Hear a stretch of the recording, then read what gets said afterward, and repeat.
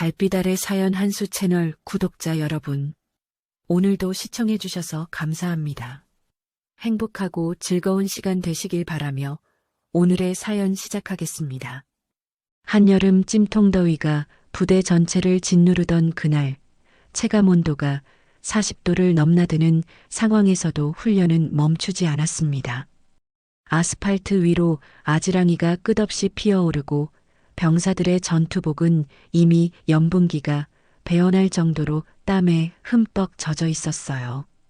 훈련장 곳곳에서는 더위에 지친 병사들이 물을 찾아 헤매고 있었고, 그늘 한 점 없는 운동장에서는 구보 소리가 메아리치고 있었죠.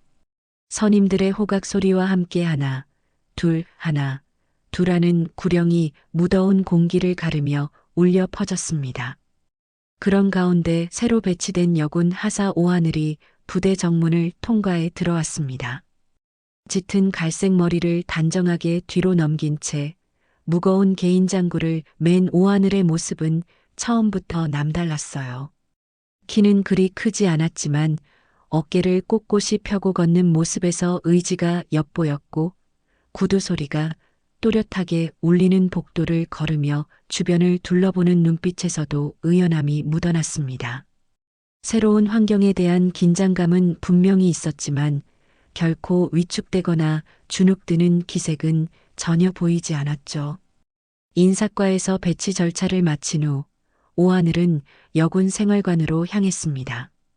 복도 양쪽으로 늘어선 각종 공지사항과 훈련 일정표들을 꼼꼼히 살펴보며 걷는 모습에서 성실함이 드러났어요.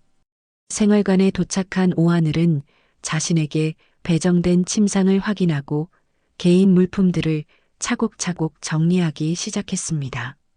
군복을 옷장에 걸고 세면도구를 배치하고 개인 사진 한 장을 책상 위에 조심스럽게 놓는 모습까지 모든 행동이 신중하고 체계적이었죠. 첫 점호 시간이 되자 오하늘은 다른 여군들과 함께 생활관 앞 광장에 정렬했습니다. 바른 자세로 시선을 정면에 고정한 채 어떤 상황에서도 흔들리지 않는 의연한 태도를 보였어요. 다른 신병들이 긴장한 나머지 자세가 흐트러지거나 시선이 이리저리 움직이는 것과 달리 오하늘만은 처음부터 베테랑처럼 침착했습니다. 이런 모습이 주변 사람들의 시선을 끌기 시작했는데, 특히 이 부대의 훈련 책임자인 장세현 대위는 오하늘을 유독 눈여겨보기 시작했습니다. 장세현은 30대 초반의 중견 장교로 키가 크고 단정한 외모에 카리스마까지 갖춘 인물이었어요. 부대 내에서는 엄격하고 원칙적인 지휘관으로 통했지만 동시에 부하들을 잘 챙기는 리더로도 인정받고 있었습니다. 하지만 그의 시선이 오하늘에게 머무르는 시간이 점점 길어지고 있었죠. 훈련 중에도, 점심시간에도, 심지어 저녁 점호 시간에도 장세현의 눈은 자연스럽게 오하늘을 찾아다녔습니다. 처음 며칠간은 단순한 관심 정도로 여겨졌어요. 장세현이 오하늘에게 업무상 조언을 건네거나 훈련 중에 특별히 신경 써주는 모습들이 자연스러워 보였거든요. 하사, 사격 자세가 좀 더 안정적으로 잡혀야 해요. 왼쪽 어깨를 조금 더 내리고요. 복무 규정 숙지는 어떻게 되고 있나요? 궁금한 게 있으면 언제든 물어보세요. 이런 식의 대화들이 일상적으로 오갔습니다. 오하늘도 네, 대위님. 감사합니다라며 정중하게 대답했고 주어진 조언을 성실하게 따랐어요. 하지만 시간이 지날수록 그의 시선과 행동에는 뭔가 다른 의미가 담겨 있다는 걸 눈치 빠른 동료들이 알아차리기 시작했습니다. 다른 여군들에게는 보이지 않던 특별한 관심, 오하늘에게만 유독 자주 걸려오는 업무 연락, 그리고 무엇보다 오하늘을 바라보는 장세현의 눈빛에서 느껴지는 묘한 감정들이었죠. 같은 생활관을 쓰는 박지영 일병이 오하늘에게 조심스럽게 말했어요. 하사님, 대위님이 하사님한테 관심이 많으신 것 같은데 좀 조심하세요. 일주일이 지난 어느 날 저녁 일과를 마친 후 대부분의 병사들이 생활관으로 돌아간 시간이었어요. 석양이 서쪽 하늘을 붉게 물들이고 부대 곳곳에서는 저녁 준비하는 소리들이 들려오고 있었습니다. 취사병들이 큰 솥을 끓이는 소리, 당직 병사들이 라디오를 틀어놓고 듣는 가요. 그리고 하루 일과를 마친 병사들의 웃음소리가 어우러져 평화로운 분위기를 연출하고 있었죠. 그때 장세현이 복도를 지나가던 오하늘을 불러 세웠습니다. 하사, 잠깐 시간 있나요? 업무상 얘기할 게 있어서요. 평소보다 조금 낮은 목소리, 그리고 주변을 살피는 듯한 시선이 이상했지만 오하늘은 의아해하면서도 네, 대위님 하고 대답했습니다. 장세현은 오하늘을 따로 불러 아무도 없는 창고 안으로 데려갔어요. 그 창고는 각종 훈련 장비와 물품들이 쌓여 있는 곳으로 낮 동안의 열기가 그대로 갇혀 있어 숨이 막힐 정도로 답답했습니다. 철제 선반에는 헬멧과 방탄복이 가지런히 정리되어 있었고 구석에는 훈련용 총기들이 자물쇠로 단단히 잠겨 있었어요. 형광등 하나만이 희미하게 켜져 있는 그 공간에서 장세현은 오하늘과 마주서서 한동안 말을 하지 못했습니다. 창고 밖에서는 저녁 식사 준비하는 소리와 병사들의 웃음소리가 희미하게 들려왔지만 창고 안은 이상할 정도로 조용했어요. 오하늘은 장세현이 왜 이런 곳으로 자신을 데려왔는지 궁금해하며 기다렸습니다. 마침내 장세현이 조용히 입을 열었어요. 하사, 나 자네에게 호감이 있어요. 그의 목소리에는 평소와 다른 무게감이 실려 있었습니다. 업무적인 톤이 아닌 개인적인 감정이 드러나는 목소리였죠. 솔직히 말해서 나만 믿고 따라오면 복무생활 무탈하게 지나갈 수 있을 거예요. 이 부대에서 내가 어떤 위치에 있는지 알고 있죠? 나한테 잘 보이면 좋은 일만 있을 거예요. 창고 안의 공기가 더욱 무거워졌습니다. 오하늘은 장세현의 말을 들으며 잠시 침묵했어요. 그 짧은 순간 동안 그녀의 머릿속에는 수많은 생각들이 스쳐 지나갔을 겁니다. 하지만 오하늘의 대답은 망설임 없이 단호했습니다. 죄송합니다, 대위님. 그런 감정은 없습니다. 저는 제 복무에만 집중하고 싶어요. 순간 장세현의 표정이 싸늘하게 굳어졌습니다. 방금 전까지 부드럽던 그의 눈빛이 차갑게 변하는 것을 오하늘도 느낄 수 있었죠. 장세현은 아무 말 없이 오하늘을 노려보다가 결국 뒤돌아서서 창고를 나갔습니다. 그날 밤 장세현은 자신의 집무실에서 작전 일지 하나를 꺼내 들고 사유서를 작성하기 시작했어요. 펜을 쥔 그의 손에는 분노와 모멸감이 그대로 배어 있었습니다. 다음 날 아침 오하늘은 평소와 다름없이 새벽 6시 기상 나팔 소리에 맞춰 잠에서 깼습니다. 하지만 어젯밤 창고에서 있었던 일이 계속 머릿속을 맴돌았어요. 세면을 하며 거울을 보던 오하늘의 표정에는 약간의 걱정이 스쳐 지나갔지만 곧 평소의 의연한 모습을 되찾았습니다. 동료들과 함께 아침 점호에 참석한 오하늘은 장세현과 눈이 마주치는 순간을 피하려 했지만 그의 시선이 여전히 자신에게 향하고 있다는 걸 느낄 수 있었죠. 아침 훈련이 시작되자 장세현의 태도가 확연히 달라진 것을 모든 사람이 알아차릴 수 있었습니다. 오하늘 하사, 정렬이 늦었습니다. 뭐 하고 있었어요? 평소보다 훨씬 날카로운 목소리로 지적이 날아왔어요. 오하늘은 다른 동료들과 똑같이 정렬했음에도 불구하고 유독 자신만 지적받고 있다는 걸 깨달았습니다. 죄송합니다. 대위님이라고 대답했지만 장세현의 표정은 여전히 차갑기만 했어요. 오전 체력 단련 시간에는 더욱 노골적인 괴롭힘이 시작되었습니다. 오하늘 하사, 팔굽혀펴기 자세가 엉성합니다. 다시 하세요. 다른 병사들이 쉬고 있는 동안에도 오하늘만 따로 불러내어 반복 훈련을 시켰어요. 무더운 날씨 속에서 혼자만 추가 훈련을 받는 오하늘의 모습을 보며 동료들은 수군거리기 시작했습니다. 왜 하사님만 자꾸 갈구는 거야? 뭔가 찍힌 것 같은데. 점심시간이 되자 상황은 더욱 악화되었습니다. 장세현은 오하늘을 불러 세우고 큰 소리로 질책했어요. 하사, 아침 정렬 때 자세가 흐트러져 있었습니다. 그리고 체력 단련 중에도 집중력이 부족해 보였어요. 이런 식으로 하면 안 되겠는데? 주변에 있던 모든 병사들이 그 소리를 들을 수 있을 정도로 큰 목소리였죠. 오하늘은 죄송합니다. 앞으로 더 주의하겠습니다라고 대답했지만 내심 당황스러웠어요.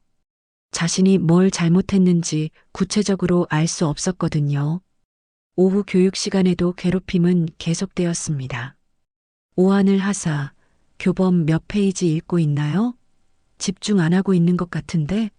실제로는 열심히 교범을 읽고 있었음에도 불구하고 트집을 잡는 것이었어요.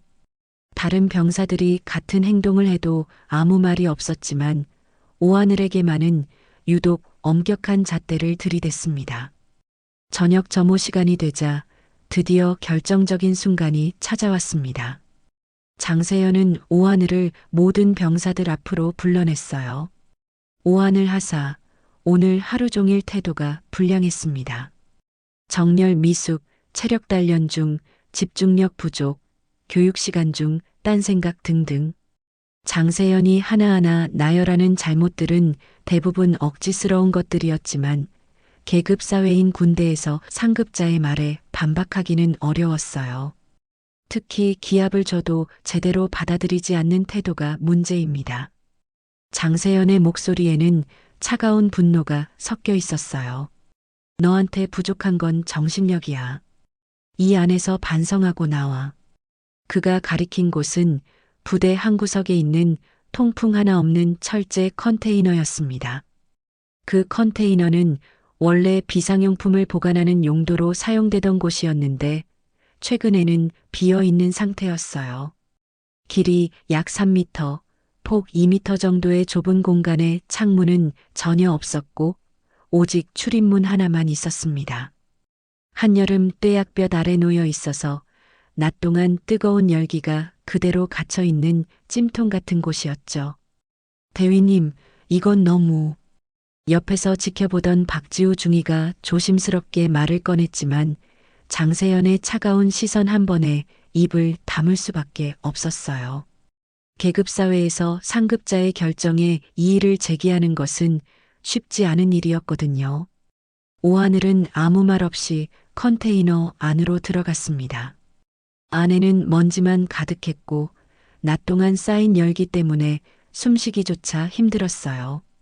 철제 벽면들이 뜨거운 열을 그대로 간직하고 있어서 손을 대면 화상을 입을 정도였습니다. 장세현은 문을 걸어 잠그면서 말했어요. 내일 아침까지 여기서 자신의 잘못을 반성하세요. 물은 필요하면 나중에 가져다 주겠습니다. 하지만 그 나중에는 오지 않았습니다. 시간이 지날수록 컨테이너 안의 온도는 더욱 올라갔어요. 저녁이 되어도 철제 벽면들이 식지 않았고 공기는 점점 탁해졌습니다. 오하늘은 바닥에 앉은 채 벽에 등을 기댔지만 뜨거운 철판 때문에 제대로 기댈 수도 없었어요. 밖에서는 그저 일과가 평온히 흘러갔습니다. 병사들은 저녁 식사를 하고 자유시간을 보내고 취침 준비를 했어요. 하지만 컨테이너 안에서 오하늘은 점점 숨이 가빠오고 온몸에서 쏟아지는 땀으로 인해 탈수 증상을 보이기 시작했습니다. 목은 바짝 말랐고 어지러움증이 찾아왔어요. 의무실 창문 너머로 그 모습을 우연히 바라보게 된 이세영 중위는 깜짝 놀랐습니다. 이세영은 이 부대에 배치된 지 1년 정도 된 군의관으로 평소 성실하고 원칙적인 성격으로 동료들의 신뢰를 받고 있었어요. 하지만 컨테이너에 갇혀 있는 오하늘의 모습을 보는 순간 이 모든 상황이 단순한 징계가 아닌 복수라는 것을 직감할 수 있었습니다. 이세영은 급히 장세현을 찾아갔어요. 대위님, 오하늘 하사 상태가 위험해 보입니다. 지금 기온이 35도가 넘는데 밀폐된 공간에서 이렇게 오래 있으면. 하지만 장세현은 냉정하게 대답했어요. 중이, 이건 정당한 징계야. 의료진이 나설 일이 아니에요. 이세영은 할아버지 김태석의 가르침을 떠올렸습니다. 군인의 첫 번째 의무는 동료를 지키는 것이라고 늘 말씀하셨던 할아버지의 목소리가 귓가에 맴돌았어요. 하지만 그녀는 말단 장교일 뿐이었습니다. 장세현의 말 한마디면 얼마든지 군단 인사처에서 내쫓길 수 있는 위치였죠. 밤이 깊어갈수록 오하늘의 상태는 더욱 악화되었습니다. 의식이 흐려지기 시작했고 호흡도 점점 가빠졌어요. 이세영은 의무실에서 계속 컨테이너 쪽을 바라보며 고민에 빠졌습니다. 의료진으로서의 직업적 양심과 군인으로서의 위계질서 사이에서 갈등하고 있었던 거죠. 새벽 2시가 넘어가던 시각, 이세영은 의무실에서 잠을 이룰 수 없었습니다. 창밖으로 보이는 컨테이너가 계속 신경 쓰였고 오하늘의 안위가 걱정되어 마음이 무거웠어요. 몇 번이고 일어나서 창가로 가서 컨테이너 쪽을 바라봤지만 어둠 속에서는 아무것도 보이지 않았습니다. 다만 간혹 들려오는 희미한 신음소리가 그녀의 마음을 더욱 조급하게 만들었죠. 이세영은 주머니 속에서 할아버지 김태석이 생일 선물로 준 낡은 펜던트를 꺼내 만지작거렸어요. 그 펜던트에는 작은 태극기 모양이 새겨져 있었고 뒷면에는 정의를 위해 살아라라는 할아버지의 친필이 새겨져 있었습니다. 할아버지는 평생을 군에서 보내며 늘 말씀하셨어요. 세영아, 군인의 진짜 용기는 적과 싸우는 것이 아니라 옳지 못한 일 앞에서 침묵하지 않는 거란다. 새벽 3시가 되자 이세영은 더 이상 참을 수 없었습니다. 손전등을 들고 조용히 의무실을 나와 컨테이너 쪽으로 향했어요. 가까이 다가갈수록 안에서 들려오는 가쁜 숨소리와 신음소리가 더욱 또렷하게 들렸습니다. 하늘아, 괜찮니? 조용히 불러봤지만 대답이 없었어요. 손전등 불빛으로 문틈을 비춰보니 안에서 희미하게 움직이는 그림자가 보였지만 반응은 미약했습니다. 이세영은 급히 의무실로 돌아가서 의료 가방을 챙겼어요. 그리고 비상용으로 보관해 두었던 작은 도끼를 들고 다시 컨테이너로 향했습니다. 마음속으로는 이미 결심을 굳혔지만 손은 떨리고 있었어요. 이 행동이 자신의 군 생활에 어떤 결과를 가져올지 뻔히 알고 있었기 때문입니다. 하늘아, 잠깐만 기다려. 내가 지금 문을 열어줄게. 이세영은 도끼를 들어 자물쇠를 향해 내리쳤습니다. 첫 번째 타격에서는 흠집만 났지만 두 번째, 세 번째 계속 내리치자 마침내 자물쇠가 부서졌어요. 철컥하는 소리와 함께 문이 열리자 안에서 뜨거운 공기가 한꺼번에 쏟아져 나왔습니다. 컨테이너 안의 오하늘은 이미 의식이 흐릿한 상태였어요. 온몸이 땀으로 젖어 있었고 얼굴은 붉게 달아올라 있었습니다. 호흡은 짧고 가빠서 과호흡 증상을 보이고 있었고 맥박도 불규칙했어요. 이세영은 즉시 오하늘을 컨테이너 밖으로 끌어냈습니다. 하늘아, 내 말 들려? 눈 떠봐. 바닥에 무릎을 꿇고 앉은 이세영은 곧바로 응급처치를 시작했어요. 먼저 오하늘의 목 주변 단추를 풀어 호흡을 돕고 의료 가방에서 생리식염수를 꺼내 조금씩 입에 넣어 주었습니다. 하늘아, 이거 명령이야. 눈 떠. 제발. 이세영의 목소리에는 간절함이 배어 있었어요. 몇 분 후 오하늘이 천천히 눈을 뜨기 시작했습니다. 하지만 여전히 의식이 또렷하지 않았고 중얼거리는 말도 알아들을 수 없었어요. 이세영은 급히 담요를 가져와 오하늘을 감싸고 그늘진 곳으로 옮겼습니다. 그리고 휴대폰을 꺼내 응급실에 연락했어요. 여기 의무대입니다. 열사병 의심 환자가 있어서 구급차 지원 요청드립니다. 이때 야간 순찰을 돌던 당직 부사관이 소음을 듣고 달려왔어요. 중위님 무슨 일입니까? 상황을 본 부사관은 깜짝 놀라며 주변을 둘러봤습니다. 부서진 자물쇠, 열려진 컨테이너, 그리고 의식을 잃고 있는 오하늘의 모습을 보고는 심각성을 깨달았죠. 곧이어 다른 근무자들도 몰려왔습니다. 부대 내에서 이런 일이 벌어진 것은 처음이었기 때문에 모든 사람들이 당황했어요. 누군가는 이게 무슨 일이야? 라고 물었고 또 다른 사람은 구급차는 언제 와? 라고 걱정스러워했습니다. 이세영은 계속해서 오하늘의 상태를 점검하며 응급처치를 계속했어요. 15분 후 구급차가 도착했습니다. 응급구조사들이 들것을 가져와 오하늘을 옮겼고 이세영도 함께 구급차에 탔어요. 혈압이 좀 높고 체온도 39도가 넘네요. 탈수 증상이 심합니다. 응급구조사의 말을 들으며 이세영은 마음이 더욱 무거워졌습니다. 하지만 이 모든 상황은 이미 상부에 보고되고 있었어요.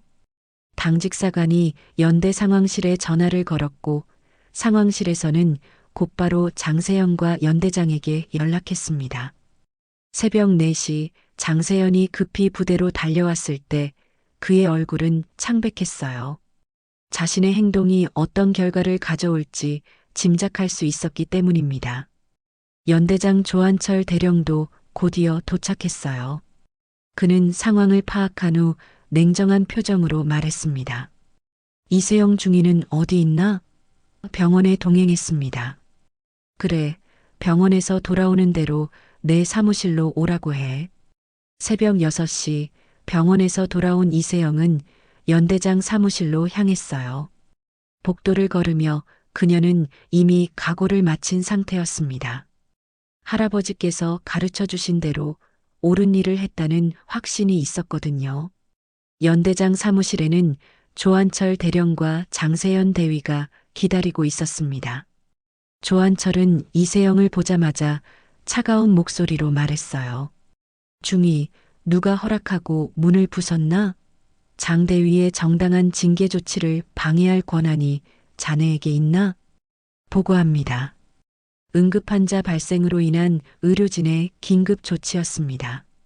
이세영의 대답은 간결하고 단호했어요. 하지만 조한철은 냉소적으로 웃으며 말했습니다. 긴급 조치? 그게 그렇게 위험했으면 장 대위가 가만뒀겠나? 지금 군을 뭘로 보는 거야? 장세현도 옆에서 거들었어요. 중위, 이건 명백한 명령 불복종이자 무단행동입니다. 징계는 정당한 절차에 따라 이루어진 것이고 의료진이 개입할 사안이 아니었어요. 이세영은 무언가 말하려다가 입을 다물었습니다. 이 순간 그녀는 주머니 속 펜던트를 더욱 꽉 쥐었어요. 할아버지의 가르침이 다시 한번 마음속에 울려 퍼졌습니다. 정의를 위해 살아라.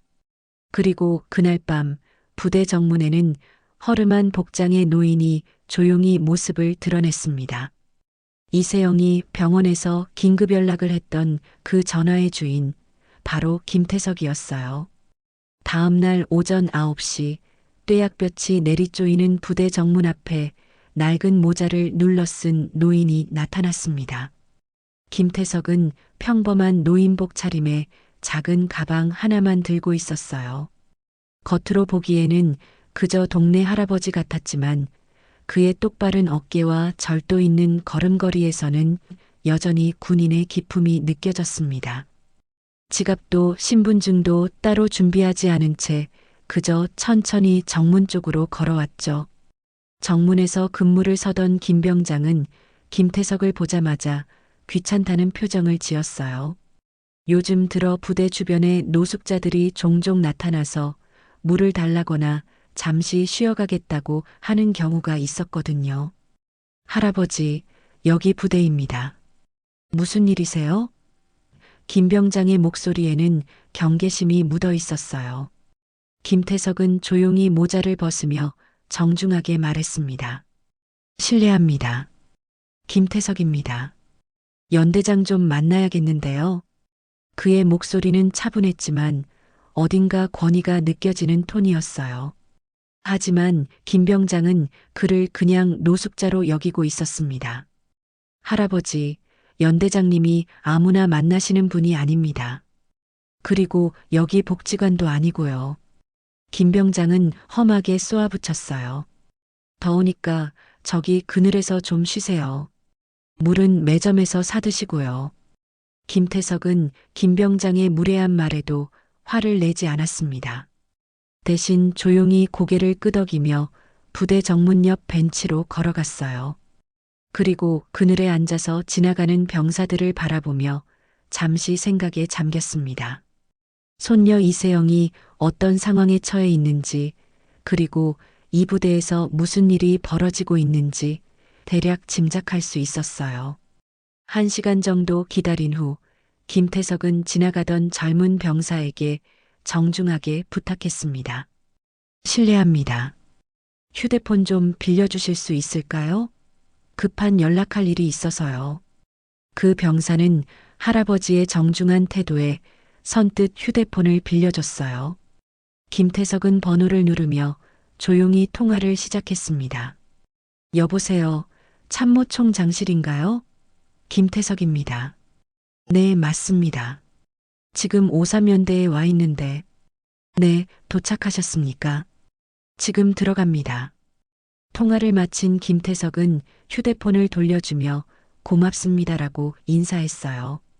그로부터 40분 후 부대 상공에 헬기 소리가 들려오기 시작했습니다.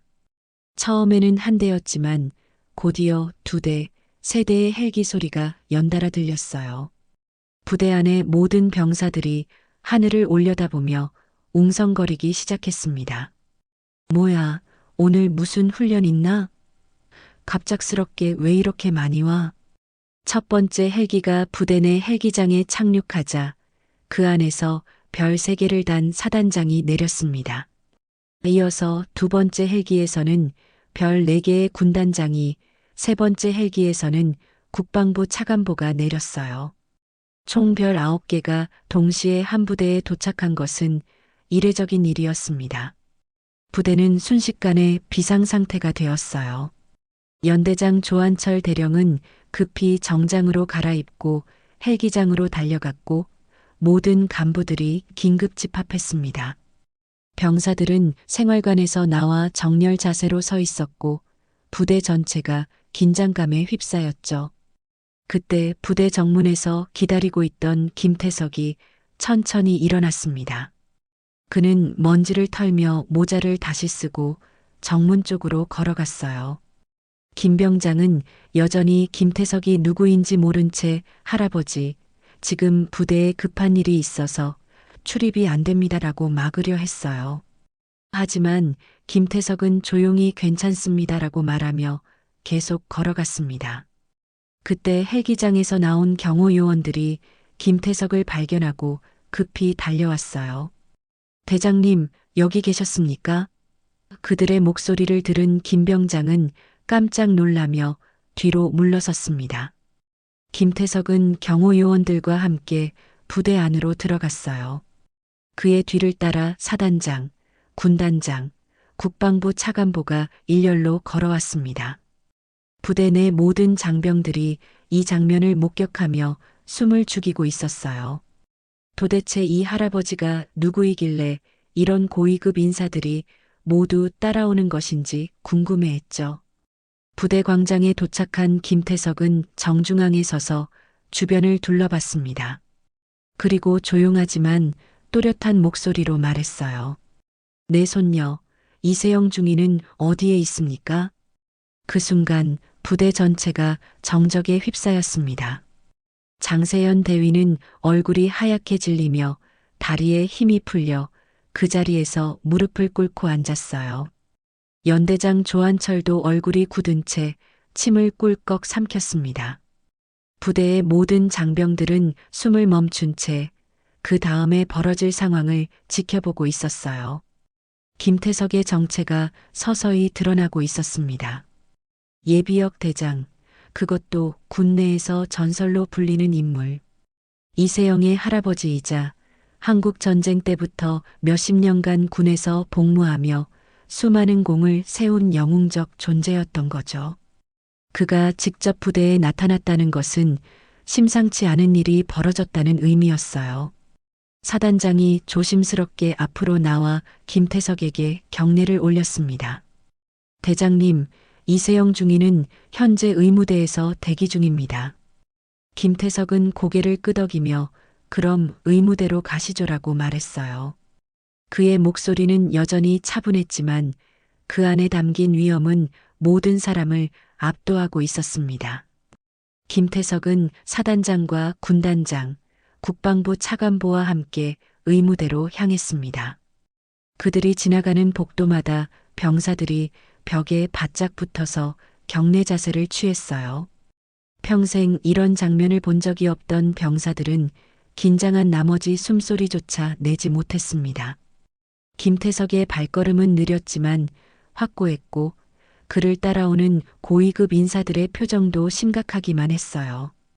의무대에 도착하자 이세영이 진료실에서 나와 할아버지를 맞았습니다. 그녀의 얼굴에는 밤새 잠을 이루지 못한 피로감이 역력했지만 김태석을 보자 안도의 표정을 지었어요. 할아버지. 조용히 부르는 이세영의 목소리에는 감정이 묻어 있었습니다. 김태석은 손녀에게 다가가 어깨를 가볍게 토닥였어요. 고생했구나, 세영아. 그리고 진료실을 둘러보며 물었습니다. 오하늘 하사는 어떤가? 다행히 큰 위험은 넘겼습니다. 하지만 탈수와 열사병으로 며칠은 더 관찰이 필요해요. 이세영의 대답을 들은 김태석의 표정이 더욱 굳어졌습니다. 그때 연대장 조한철과 장세연이 급히 의무대로 달려왔어요. 조한철은 김태석을 보자마자 바짝 긴장한 표정으로 경례를 올렸습니다. 보고합니다, 대장님. 연대장 대령 조한철입니다. 하지만 김태석은 경례를 받지 않고 조용히 말했어요. 대강당으로 가시죠. 얘기할 게 많을 것 같은데요. 10분 후 부대 대강당에는 모든 간부들이 긴급 집합했습니다. 중대장급 이상의 모든 장교들이 참석했고 국방부 감찰관들도 함께 자리했어요. 강당 앞쪽에는 김태석이 서 있었고 그 옆에는 사단장과 군단장이 자리를 잡았습니다. 분위기는 전례 없이 무거웠어요. 김태석은 마이크 없이도 또렷하게 들리는 목소리로 말하기 시작했습니다. 여러분, 저는 이세영 중위의 할아버지 김태석입니다. 오늘 여기 온 이유는 간단해요. 내 손녀가 무슨 잘못을 했는지 궁금해서 왔습니다. 강당 안은 쥐 죽은 듯 조용했어요. 내가 알기로는 세영이는 의식을 잃고 쓰러져가는 동료를 구하려고 문을 부쉈다고 합니다. 군의관으로서 응급환자를 방치할 수 없어서 취한 조치였다고 들었어요. 김태석의 목소리에는 분노가 조금씩 섞이기 시작했습니다. 그런데 이게 죄라고요? 내 손녀가 감히 자물쇠 부수고 사람 살렸다고 죄인입니까? 장세연은 앞자리에 앉아 있었지만 고개를 들지 못했어요. 식은땀이 등줄기로 흘러내렸고 다리는 떨리고 있었습니다. 연대장 조한철도 마찬가지였어요. 김태석의 날카로운 시선이 자신들을 향하고 있다는 걸 느낄 수 있었거든요. 더군다나 한여름 찜통 같은 컨테이너에 사람을 가둬놓고는 의료진이 접근하는 것까지 막았다고 하더군요. 김태석의 목소리가 점점 높아졌어요. 이게 대한민국 군대입니까? 이게 우리가 지켜온 군기입니까? 군기가 뭔지 상식부터 배워야겠구만. 사단장이 조심스럽게 입을 열었습니다. 대장님, 즉시 국방부 감찰반을 파견해서 철저히 조사하겠습니다. 김태석은 고개를 끄덕이며 답했어요. 그렇게 해주시기 바랍니다. 그리고 관련자들은 모두 조사받을 준비를 하세요. 이후 국방부 감찰반이 부대에 상주하게 되었습니다. 감찰관들은 사흘 동안 부대에 머물며 관련자들을 면담하고 각종 문서들을 조사했어요. 장세연의 고백 실패 이후 사적 감정에 의한 격리, 의료보고, 누락, 허위 기재 등이 줄줄이 드러나기 시작했습니다. 특히 오하늘 하사의 의무 기록이 삭제되어 있던 사실이 발견되었어요. 컨테이너에 격리되기 전에 건강 상태 기록과 격리 중 의료 지원 요청 기록들이 모두 사라져 있었던 겁니다. 이는 명백한 증거 인멸 행위였죠. 다른 여군들도 잇따라 증언에 나섰습니다. 박지영 일병은 장 대위님이 평소에 여군들을 어떻게 대했는지 모든 사람이 알고 있어요라고 말했어요. 김소의 상병은 오하늘 하사님만 유독 갈구는 게 이상했어요. 다른 사람들은 똑같이 해도 아무 말 안 했거든요라고 증언했습니다. 남자 장교들 중에서도 증언자가 나왔어요. 박지우 중위는 장 대위의 행동이 개인적 감정에서 나온 것 같다고 여러 번 생각했습니다. 군기보다는 사적인 복수에 가까웠어요 라고 말했습니다. 이런 증언들이 계속 쌓이면서 사건의 전모가 드러나기 시작했어요. 감찰 셋째 날 결정적인 증거가 발견되었습니다. 장세연의 개인 컴퓨터에서 오하늘 관련 개인정보를 무단으로 열람한 기록들이 나온 거예요. 그녀의 가족관계, 출신 지역, 이전 근무지 등을 업무와 무관하게 조회한 내역들이 고스란히 남아 있었습니다. 또한 장세연이 동료 장교들에게 보낸 메시지들도 발견되었어요. 요즘 신병 중에 괜찮은 애가 있어서 관심을 보이고 있는데 좀 까다롭네라는 내용의 메시지가 있었고 여군들은 좀 길들여야 해. 처음이 중요하거든이라는 메시지도 있었습니다. 연대장 조한철의 경우에도 문제가 드러났어요. 이세영이 오하늘의 위험 상황을 보고했을 때 적절한 조치를 취하지 않았고 오히려 이세영을 징계하려 했던 것이 밝혀졌습니다. 이는 지휘관으로서의 책임을 저버린 행위였죠. 감찰 결과가 나오자 김태석은 다시 한번 부대를 찾았습니다. 이번에는 정식 군복을 입고 나타났어요.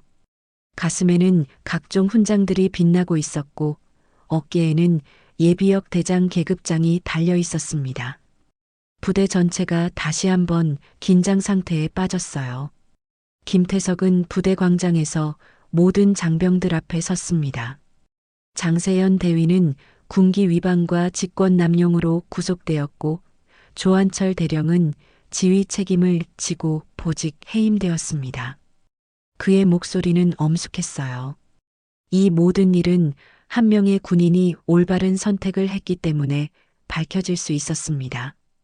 감찰 조사가 마무리된 다음 날 이세영은 조사실에서 마지막 진술을 하고 있었습니다.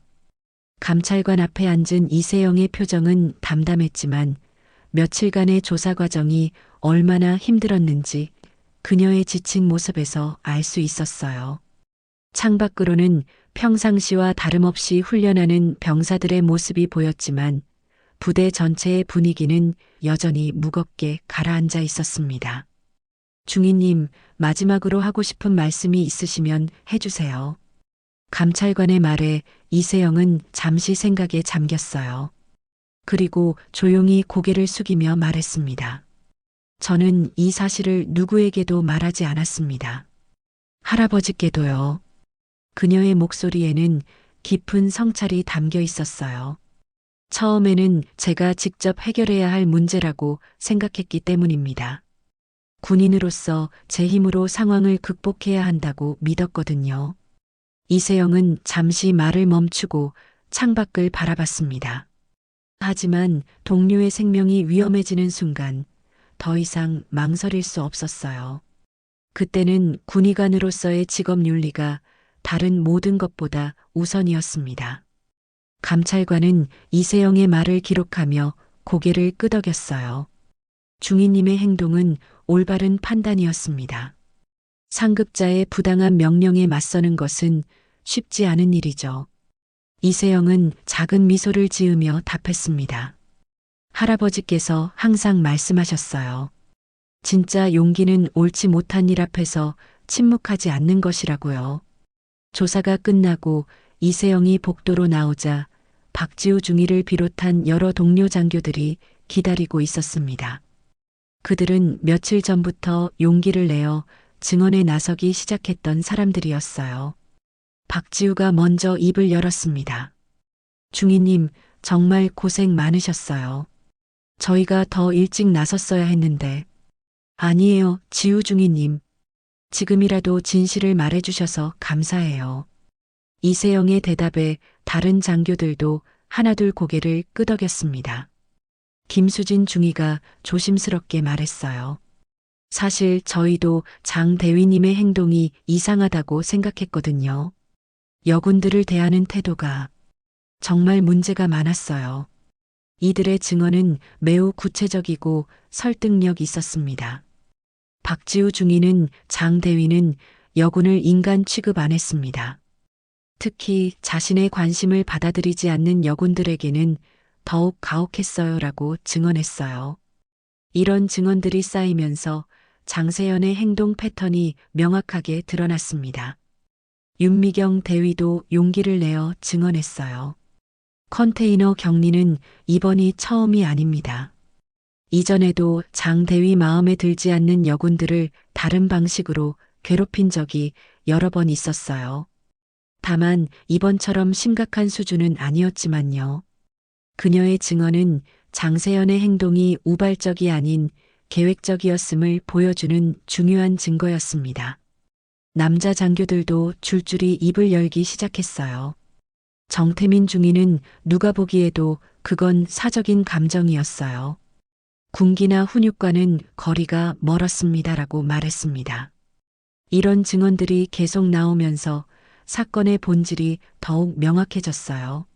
하지만 이들의 용기 있는 증언에도 불구하고 부대 내에서는 여전히 조심스러운 분위기가 지속되고 있었습니다. 오랫동안 위계 질서에 익숙해진 군 조직에서 상급자에게 맞서는 것은 여전히 큰 용기가 필요한 일이었거든요. 일부 고참 부사관들은 이런 식으로 하면 군기가 무너진다며 우려를 표하기도 했어요. 그런 가운데 오한을 하사의 회복 소식이 들려왔습니다. 병원에서 사흘간 치료를 받은 후 의무대로 돌아온 오하늘은 많이 좋아진 상태였어요. 여전히 완전히 회복되지는 않았지만 의식도 또렷했고 간단한 대화도 가능했습니다. 이세영은 오하늘을 보자마자 안도의 한숨을 쉬었어요. 하늘아, 괜찮니? 이세영의 걱정스러운 목소리에 오하늘은 작은 미소를 지었습니다. 네, 중위님. 덕분에 살았어요. 정말 감사합니다. 그녀의 목소리는 여전히 약했지만 눈빛만은 예전처럼 또렷했어요. 중위님이 아니었다면 정말 큰일 날 뻔했어요. 오하늘과의 대화를 마친 이세영은 의무대 밖으로 나와 하늘을 올려다봤습니다. 며칠간의 긴장과 걱정으로 지쳐있던 그녀에게도 이제 조금씩 평안이 찾아오고 있었어요. 할아버지의 가르침대로 옳은 일을 했다는 확신이 그녀에게 힘을 주고 있었습니다. 그때 부대 방송이 울려 퍼졌어요. 전 장병 부대 광장 집합. 반복합니다. 전 장병 부대 광장 집합. 무슨 일인지 궁금해하며 병사들이 하나둘 광장으로 모여들기 시작했습니다.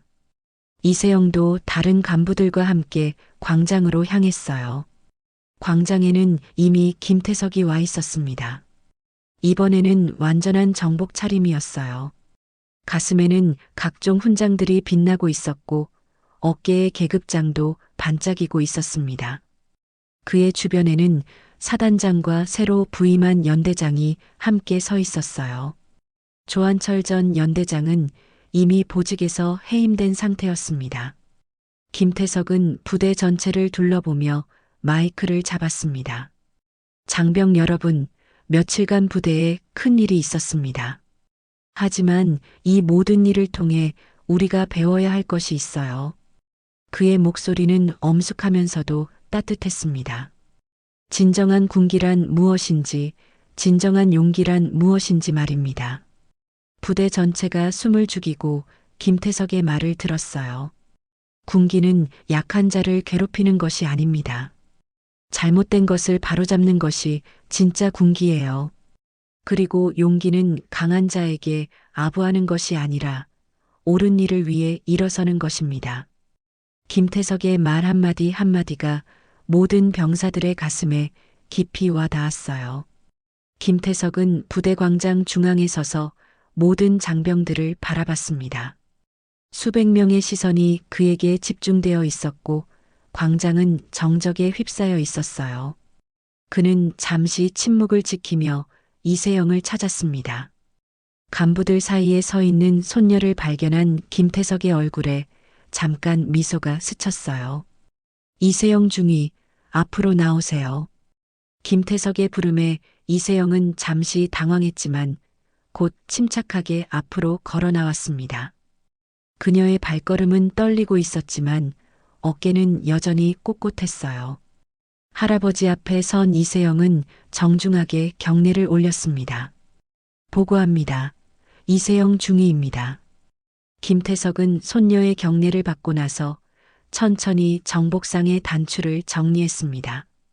그리고는 이세영 앞에 바로 서서 거수 경례를 올렸어요.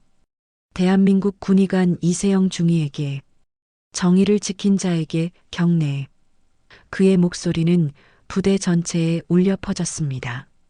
순간 광장에 있던 모든 사람들이 숨을 멈췄어요. 예비역이긴 하지만 대장 출신인 김태석이 중위에게 먼저 경례를 올리는 것은 매우 이례적인 일이었거든요. 하지만 그의 진심 어린 경례를 본 사단장이 먼저 따라 경례를 올렸고 이어서 새로 부임한 연대장도 경례를 올렸습니다. 정의를 지킨 자에게 경례. 간부들의 구령이 하나둘 울려 퍼지기 시작했어요. 박지우 중위, 윤미경 대위, 김수진 중위 등 이세영과 함께 진실을 밝혀낸 장교들이 모두 경례를 올렸습니다. 그들의 얼굴에는 자랑스러움과 감동이 동시에 드러나 있었어요. 곧이어 부사관들도 경례에 동참했습니다. 처음에는 망설이던 몇몇 고참 부사관들도 결국 손을 올렸어요. 정의를 지킨 자에게 경례. 구령이 점점 커지면서 부대 전체로 퍼져나갔습니다. 마침내 병사들까지 모두 일어서서 일제히 경례를 올렸어요. 수백 명의 장병이 동시에 올리는 경례, 그리고 정의를 지킨 자에게 경례. 라는 구령이 하늘로 치솟았습니다. 그 장면은 부대 역사상 가장 감동적인 순간 중 하나였어요. 이세영은 이 모든 상황에 압도되어 눈물을 참으려 했지만 결국 눈물이 볼을 타고 흘러내렸습니다. 그 눈물은 지난 며칠간의 고통과 걱정 때문만은 아니었어요. 분노도 후회도 아닌 오래 참았던 정의가 마침내 인정받는 안도감과 감동의 눈물이었습니다. 할아버지가 평생 가르쳐준 가치들이 헛되지 않았다는 것을 확인하는 순간이었죠. 경례가 끝나고 김태석은 다시 마이크를 잡았습니다. 여러분, 오늘 여기서 우리가 목격한 것은 진정한 군인 정신입니다. 그의 목소리에는 깊은 감동이 배어 있었어요. 이세영 중위는 계급과 위계를 초월해서 옳은 일을 했습니다. 이것이 바로 우리가 지켜야 할 군인의 자세예요. 김태석은 잠시 말을 멈추고 부대 전체를 둘러봤습니다.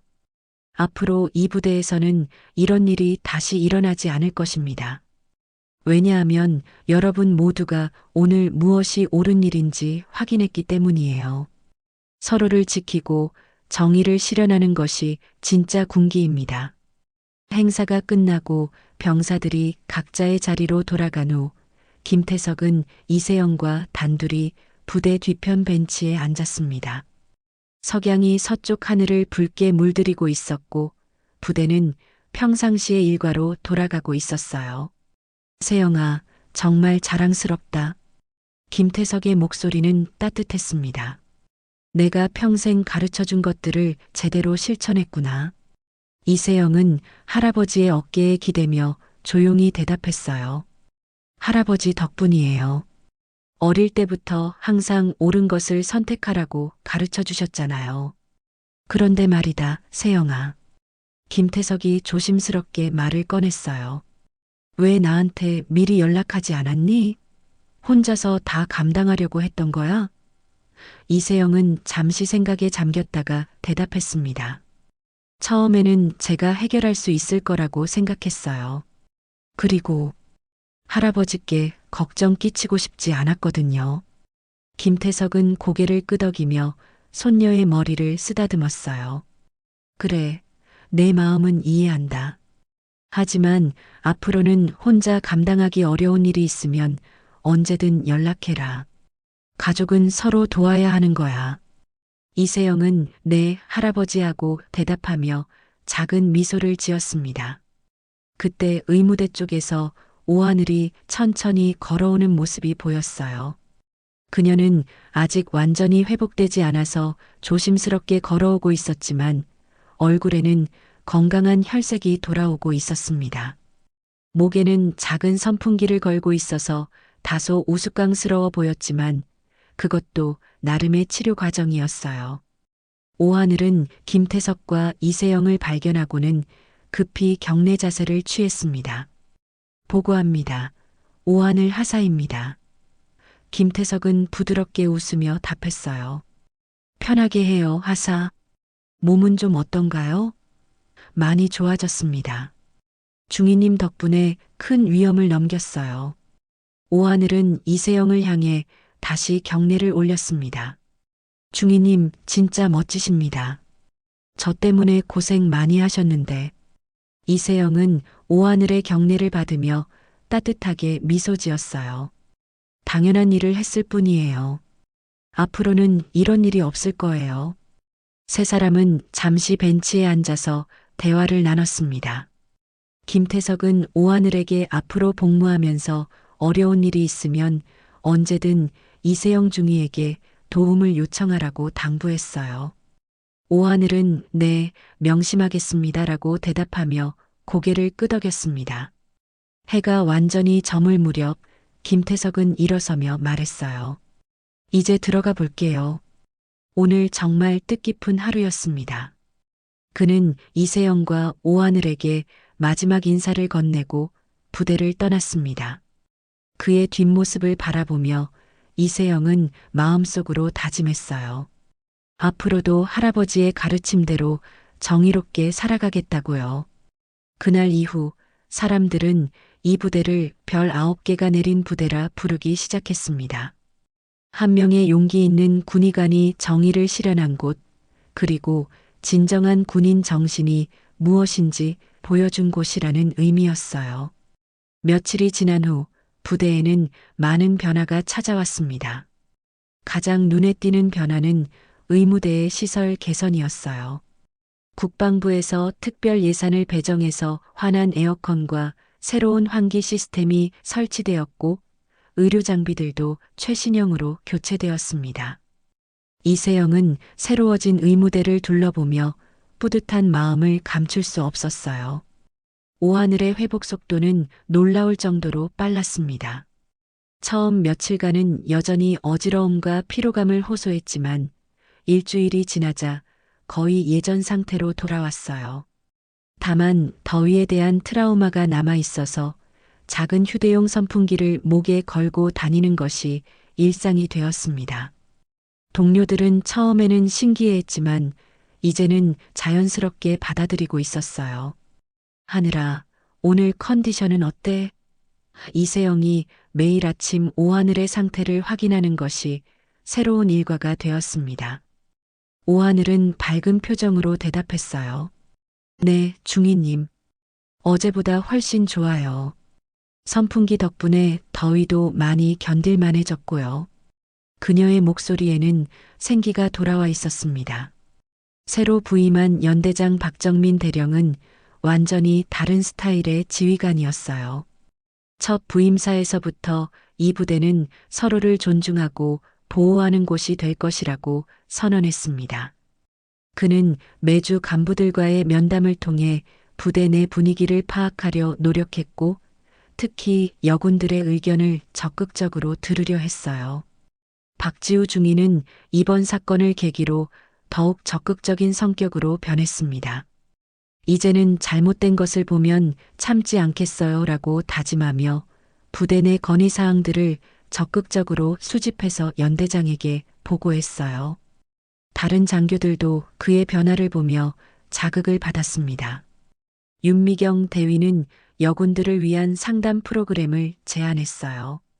앞으로는 이런 일이 생기기 전에 미리 예방할 수 있는 시스템을 만들어야 해요. 연대장은 이 제안을 적극 받아들였고 월 2회 정기 상담 시간을 신설했습니다. 이세영도 의료진 입장에서 이 프로그램에 참여하게 되었어요. 부대 전체의 분위기도 확연히 달라졌습니다. 예전에는 상급자의 말에 무조건 복종하는 것이 미덕으로 여겨졌지만 이제는 건전한 토론과 의견 교환이 활발해졌어요. 물론 여전히 계급 질서는 유지되고 있었지만 부당한 명령에 대해서는 정중하게 이의를 제기할 수 있는 분위기가 조성되었습니다. 병사들 사이에서도 변화가 나타났어요. 김 병장은 처음 김태석을 노숙자로 오해했던 일을 계기로 겉모습만 보고 사람을 판단하면 안 되겠다고 반성했습니다. 그는 이제 부대를 찾는 모든 방문객들을 정중하게 대하고 있었어요. 할아버지가 누군지 몰라보다니 정말 큰 실수할 뻔했어요. 박지영 일병을 비롯한 여군들은 이세영을 롤모델로 여기기 시작했습니다. 중위님처럼 용기 있는 사람이 되고 싶어요라며 적극적으로 의견을 표현하고 부당한 일에 맞서는 모습을 보였어요. 이런 변화는 부대 전체에 긍정적인 영향을 미쳤습니다. 한 달이 지난 어느 날 오후 이세영은 의무대에서 정기 검진을 받으러 온 오하늘을 진료하고 있었습니다. 혈압도 정상이고 맥박도 안정적이네요. 이제 완전히 회복된 것 같아요. 이세영의 말에 오하늘은 환한 미소를 지었어요. 정말 다행이에요. 그런데 중위님, 이 선풍기는 언제까지 차고 다녀야 할까요? 글쎄요, 본인이 편안함을 느낄 때까지 계속 차고 다니세요. 트라우마 극복은 시간이 필요한 거예요. 이세영의 따뜻한 조언에 오하늘은 고개를 끄덕였습니다. 네, 중위님. 그런데 요즘 이 선풍기가 부대의 명물이 된 것 같아요. 다른 부대 사람들도 구경하러 와요. 실제로 오하늘의 목걸이 선풍기는 부대 내에서 유명해졌어요. 처음에는 신기해하던 사람들이 이제는 더위 이기는 좋은 아이디어라며 칭찬하기 시작했습니다. 심지어 다른 부대에서도 견학을 오는 경우가 생겼을 정도였어요. 그날 저녁 이세영은 의무대 업무를 마치고 부대 외곽 벤치로 산책을 나갔습니다.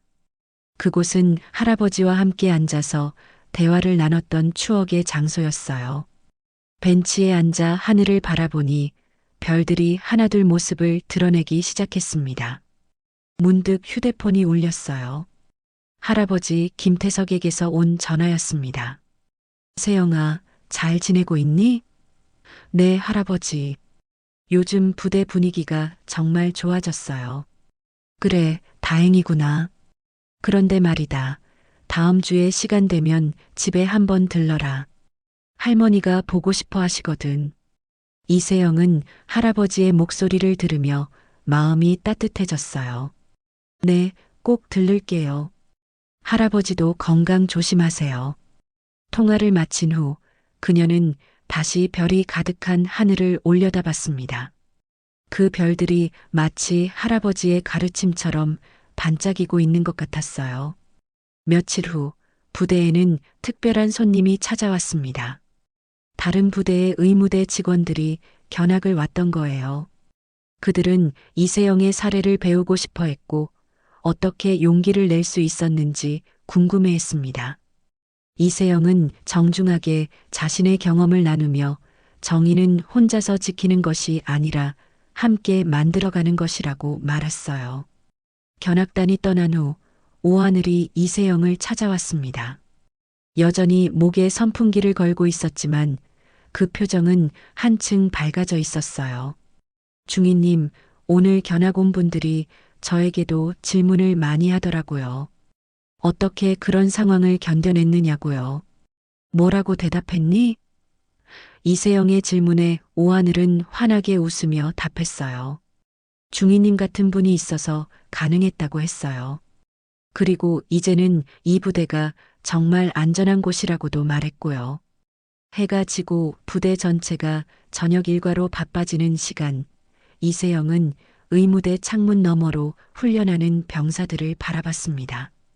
예전과 같은 훈련이지만 분위기는 완전히 달랐어요.